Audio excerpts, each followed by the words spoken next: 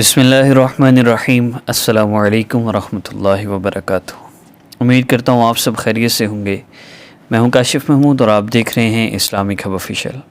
آج کا ہمارا عمل چہرے کی خوبصورتی کے لیے، کسی بھی بیماری سے نجات کے لیے، جسمانی بیماریوں سے محفوظ رہنے کے لیے اور جسم کی بیماری کے حوالے سے جتنا بھی مسئلہ ہو، ہر مسئلہ سے نجات کے لیے بہت مجرب عمل ہے، اور یہ عمل پچھلے 5 سال میں جتنے لوگوں کو بھی کروایا گیا، اللہ رب العزت نے بہت کرم فرمایا اور ان کا مسئلہ حل ہوا۔ ہم نے وظائف میں 12 مختلف قسم کے وظائف کی ایک سیریز سٹارٹ کی ہے، جس میں اس وقت ساری دنیا میں موجود سارے انسانوں کے ہر مسئلے کا حل موجود ہے۔ کوئی ایسا مسئلہ نہیں جس کے بارے میں آپ بات کریں اور اس کے بارے میں ان سیریز میں وظیفہ موجود نہ ہو۔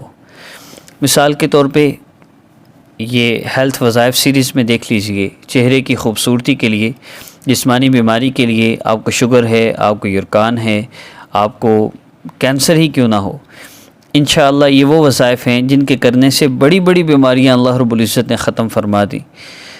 تو یقین کے ساتھ عمل ہو، ہیلتھ کے ریلیٹڈ آپ کا کوئی بھی مسئلہ ہو، اس کے لیے ہماری اس وظائف سیریز کے 40 وظائف اپلوڈ ہوں گے۔ یہ وہ 40 وظائف ہیں جو پچھلے 5 سال میں مختلف لوگوں کو کروائے گئے اور ان کو فائدہ ہوا۔ ہم ان کو ایک سیریز میں جمع کر رہے ہیں، تو جو بندہ پہلے وظیفہ سے لے کر آخری وظیفہ تک سٹیپ بائی سٹیپ ہمارے وظائف کرتا رہے گا، ایک وقت آئے گا انشاءاللہ اس کی بڑی سے بڑی بیماری ختم ہو جائے گی، اس کا بڑے سے بڑا مسئلہ حل ہو جائے گا، اس کی بڑی سے بڑی پریشانی بھی دور ہو جائے گی۔ وظائف میں سب سے پہلی چیز میں عرض کرتا چلوں کہ ہمارے سارے وظائف کی مدت صرف 3 دن ہے یا 3 مرتبہ ہے، یعنی آپ ایک دن میں 3 مرتبہ کر لیں تو بھی ٹھیک ہے، اور اگر آپ 3 دن میں روزانہ ایک دفعہ کر لیں تو زیادہ بہتر ہے۔ اور اگر بات کی جائے وقت کے حوالے سے، تو اس وظیفہ کو کرنے کا وقت عشاء کی نماز کے بعد ہے، اور عشاء کی نماز کے بعد اس لیے عرض کیا جاتا ہے کہ یہ وقت یکسوئی کا ہے، آپ سکون سے یکسوئی کے ساتھ بیٹھ کر وظیفہ کر سکتے ہیں، عمل کر سکتے ہیں، اس لیے یہ وقت عرض کیا جاتا ہے۔ تیسری بات، اگر آپ اس وقت کے علاوہ کسی وقت کرنا چاہیں تو بھی آپ کر سکتے ہیں، وہ آپ پہ ڈیپینڈ کرتا ہے، لیکن یکسوئی کے ساتھ عمل ہو۔ اب یکسوئی کے لیے چند چیزیں ہیں۔ نمبر 1، باوضو ہو کر عمل کرنا۔ نمبر 2، قبلہ رو ہو کر عمل کرنا۔ نمبر 3، مصلی پر بیٹھ کے عمل کرنا۔ اور اس میں بھی اگر آپ بیمار ہیں، آپ کے لیے مسئلہ ہے، آپ مصلی پر بیٹھ نہیں سکتے، آپ قبلہ رو نہیں ہو سکتے، آپ جس کنڈیشن میں بھی ہیں آپ کر سکتے ہیں۔ یہ بیسک انسٹرکشنز وہ اس لیے ہوتی ہیں کہ عمل کی تاثیر اس سے بڑھ جاتی ہے۔ لیکن اگر جس طرح بیٹھ کر نماز پڑھنے سے اجر آدھا ملتا ہے، لیکن بندہ بیمار ہو اور بیٹھ کے نماز پڑھا ہو تو پھر اجر آدھا نہیں کیا جاتا، کیسے مہربان اللہ ہیں۔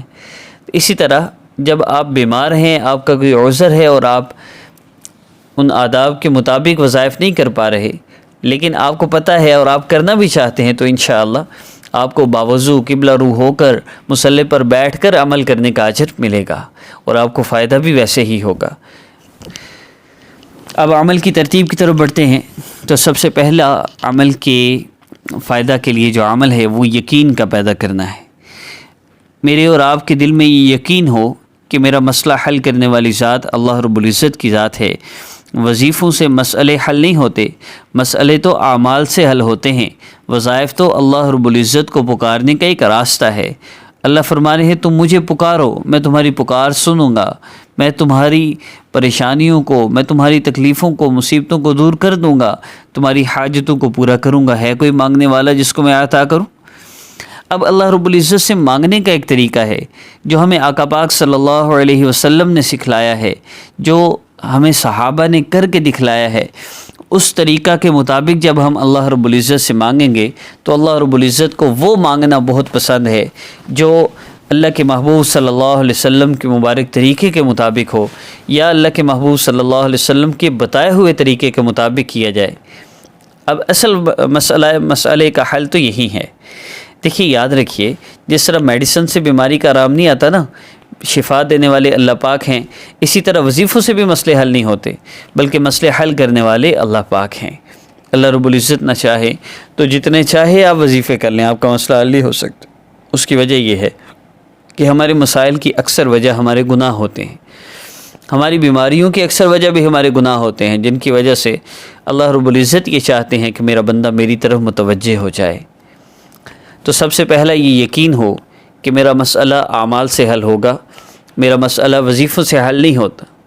وظیفے اللہ کو پکارنے کے لیے ہیں، اللہ رب العزت کو مختلف ناموں سے پکار کر پھر میں اللہ سے فریاد کروں گا، اللہ سے دعا کروں گا۔ تو اعمال میں کیا چیزیں ہیں؟ نماز پڑھنا عمل ہے، دعا کرنا ایک عمل ہے، اللہ رب العزت کا ذکر کرنا ایک عمل ہے۔ تو اگر ہم وظیفہ انہی ہدایات کے مطابق کر لیں جو آقا پاک صلی اللہ علیہ وسلم نے بتائی ہیں تو پھر یہ بھی عبادت بن جائے گا، یہ بھی عمل بن جائے گا۔ اکثر لوگ وظائف کرتے ہیں، اعمال نہیں کرتے۔ وظیفہ کو اعمال کیجئے، اعمال میں کنورٹ کریں۔ ویسے آپ وظیفہ کرتے ہیں وہ وظیفہ ہوگا، لیکن آپ یہ وظیفہ ذکر کی نیت سے کرتے ہیں، نبی علیہ السلام کی حدیث مبارکہ پر عمل کرنے کی نیت سے کرتے ہیں، تو یہ آپ کا عمل بن جائے گا۔ اب عمل کی ترتیب عرض کرتا ہوں۔ آپ نے 2 رکعت نفل آپ نے حاجت کی نیت سے پڑھنے ہیں۔ 2 نفل پڑھنے کے بعد آپ نے وہی مصلی پر بیٹھے ہوئے یا کسی بھی حال میں ہیں، اور اگر نماز نہیں پڑھنی تو پھر بستر پر ہی بیٹھے ہیں، کرسی پر بیٹھے ہیں، آپ کی مرضی جیسے چاہے کیجیے۔ اللہ سے مانگنے کے لیے میں گزارش کروں گا، کسی چیز کی بھی ضرورت نہیں ہوتی، بس اللہ سے مانگنا ہے۔ آداب کا خیال رکھیں گے فائدہ ہوگا، نہیں کر پا رہے تو کوئی حرج نہیں۔ پھر سوال کرنا او جی ہم تو محسوس قیام میں ہیں، ہم کیا کریں؟ بھئی بتا دیا جائے گا اگر نہ کرنا ہوا۔ 2 رکعت نفل آپ نے حاجت کی نیت سے پڑھنے ہیں، اور اس کے بعد آپ نے اسی حالت میں آپ نے حدیث مبارکہ پر عمل کرنا ہے۔ ایک حدیث مبارکہ پر نفل پڑھ کے عمل ہوا، دوسری حدیث مبارکہ پر عمل یہ ہے کہ نبی علیہ الصلوۃ والسلام نے فرمایا میرے صحابی جب تم اللہ رب العزت سے مانگو تو یوں مانگو، اللہ رب العزت کی عظمت اور بڑائی بیان کرو، اس کے بعد جتنا ہو سکے مجھ پر درود پاک پڑھو، پھر جو چاہو اللہ سے مانگ لو۔ اللہ کی عظمت اور بڑائی کیسے بیان کریں گے؟ یا ارحم الراحمین، یا ارحم الراحمین، یا ارحم الراحمین، 3 مرتبہ اس کو پڑھیں گے۔ اس کے بعد یا سلام یا اللہ جل جلالہ، یا سلام یا اللہ جل جلالہ، یا سلام یا اللہ جل جلالہ، آپ نے اس کو 10 مرتبہ پڑھنا ہے، اللہ کی عظمت اور بڑائی کو ذہن میں رکھتے ہوئے، اللہ رب العزت کی عظمت اور بڑائی بیان کرتے ہوئے۔ اس کے بعد آپ نے درود پاک پڑھنا ہے، جتنا زیادہ ہو سکے، کم از کم 3 مرتبہ مقدار ہے۔ درود پاک پڑھنے کے بعد اب نبی علیہ السلام فرما رہے ہیں جو چاہو اللہ سے مانگ لو۔ اب آپ اللہ سے دعا کر لیجیے۔ آپ کو چہرے کی خوبصورتی کا مسئلہ ہے، آپ کو کوئی بیماری کا مسئلہ ہے، آپ کو کوئی تکلیف ہے، پریشانی، آپ مانگ لیں۔ اب اللہ رب العزت سے مانگ لیجیے۔ کتنا آسان ہے، اللہ سے مانگنا تو کوئی مشکل نہیں، تھوڑی سی ہمت کرنے کی ضرورت ہے۔ اور ہمت کیا ہے؟ جب آپ عمل کریں یقین کے ساتھ کریں کہ میرا مسئلہ ضرور حل ہوگا انشاءاللہ۔ کہ آپ اللہ سے مانگ رہے ہیں، آپ بادشاہوں کے بادشاہ سے مانگ رہے ہیں، وہ ذات جس کے لیے دینا مشکل ہی نہیں۔ ساری دنیا کے سارے انسان اکٹھے مل کر اللہ سے اپنی اپنی حاجتیں بیان کریں، اللہ ایک لمحے میں سب کو سب کی جو جو حاجتیں ہیں، جو جو ضرورتیں ہیں، جو وہ مانگیں گے عطا فرما دیں گے، اور اللہ کو کوئی پرواہ نہیں۔ اللہ کے خزانوں میں ایک ذرہ برابر کمی نہیں آئے گی۔ اللہ سے مانگنا ہے، اور جب آپ دعا کر لیں کم از کم 2 سے 5 منٹ دعا لازمی کریں۔ اللہ رب العزت کے جو احسانات ہیں پہلے ان کا شکر ادا کیجئے، پھر دعا کیجئے پیارے اللہ اتنے احسانات آپ نے فرمائے، ایک احسان اور فرما دیجئے، میرا یہ مسئلہ ہے پیارے اللہ حل فرما دیجئے نا۔ اللہ سے مانگ لیجئے، کتنا آسان ہے۔ اب اس میں نہ اپنے آپ کو مشقت میں ڈالنے کی ضرورت ہے، نہ اپنے آپ کو پریشان کرنے کی ضرورت ہے۔ اپنی والدہ کا نام ہرگز نہ دیں، اپنی تصویر نہ دیں۔ جو آپ سے کہتا ہے ہم استخارہ کرتے ہیں، آپ پر جادو ہے، نصیبت بندش ہے، ایسے لوگوں سے ہرگز رابطہ نہ کریں۔ آپ کو بلیک میل کیا جائے گا، بلیک میجک کیا جائے گا، بندش کی جائے گی، حتیٰ کہ جنات کو مسلط کیا جا سکتا ہے نام والدہ کا نام دینے سے، تصویر دینے سے، جو کہ مسورات سے زنا تک کرتے ہیں۔ اللہ پاک ہم سب کی حفاظت فرمائے۔ لیکن بتاتا اس لیے ہوں، مناسب بھی نہیں لگتا، لیکن بار بار اس لیے بتاتا ہوں کہ بہت سے لوگ نیو ویڈیو میں شامل ہوتے ہیں، انہیں پتہ چل جائے، بچ جائے، کوئی تو بچ جائے۔